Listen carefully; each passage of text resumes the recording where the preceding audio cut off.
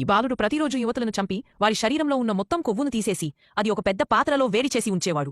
ఆపై ఆ శరీర గంధాన్ని పోలిన పరిమళాన్ని తయారు చేసేవాడు. ఇలాగే ఇతను 12 రకాల పరిమళాలు తయారు చేశాడు. ఈ పరిమళాలన్నీ యువతుల సువాసనలాగే ఉండేవి. కొన్ని రోజుల వ్యవధిలో ఊరిలోని కొలను దగ్గర యువతుల మృతదేహాలు దొరకసాగాయి. వివిధ ప్రాంతాల నుంచి యువతులు కనిపించకుండా పోతున్నారు.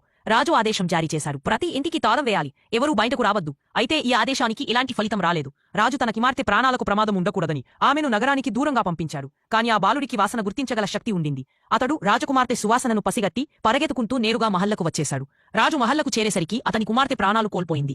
అతడు ఆమెను కూడా చంపి పరిమళంగా తయారు చేశాడు. ఆ పరిమళం అతనికి బాగా నచ్చింది. ఇంతలో సిపాయిలు వచ్చి అతన్ని పట్టుకున్నారు. కుక్కలు అతని ఇల్లు వెతికేసరికి అతడు నేల కింద దాచిన 20 మంది యువతుల బట్టలు బయటపడ్డాయి.